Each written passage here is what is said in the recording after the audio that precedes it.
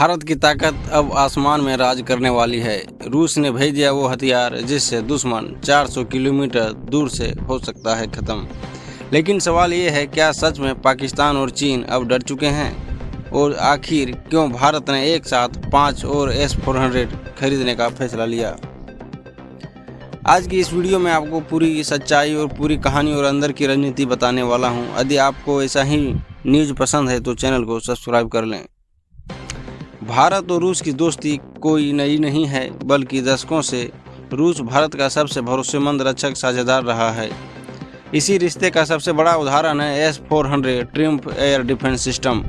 यह दुनिया का सबसे खतरनाक एयर डिफेंस सिस्टम में से एक माना जाता है, जो फाइटर जेट, मिसाइल, ड्रोन और सबको हवा में ही खत्म कर सकता है। ताज़ा जानकारी के अनुसार रूस ने भारत का चौथा S-400 सिस्टम भेज दिया है।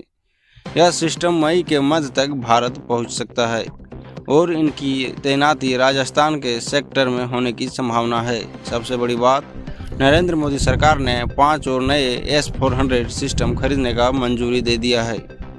साथ ही 280 मिसाइलें और पेंटसर एयर डिफेंस सिस्टम खरीदने का भी शामिल है।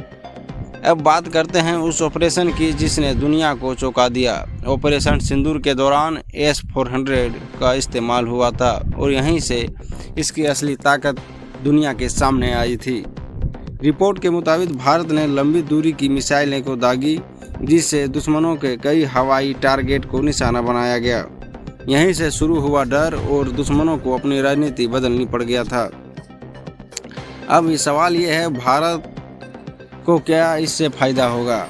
पहला, पाकिस्तान सीमा पूरी तरह से कवर हो जाएगा। दूसरा, चीन की सीमा पर मजबूती नजर रहेगा। और तीसरा, भारत का एयर डिफेंस सिस्टम कई गुना मजबूत हो जाएगा। यानी अब भारत के आसमान में कोई अनुमति के बिना घुस नहीं सकता है। S-400 जितना ताकतवर है, उतना ही जरूरी है उसकी सुरक्षा करना। इसलिए भारत सरकार ने पेंटसर सिस्टम खरीद रहा है, और जो ड्रोन और छोटे हमले से S-400 को बचाएगा। इसके साथ मेक इन इंडिया के तहत खुद भी रक्षा सिस्टम बनाने की तैयारी कर रहा है।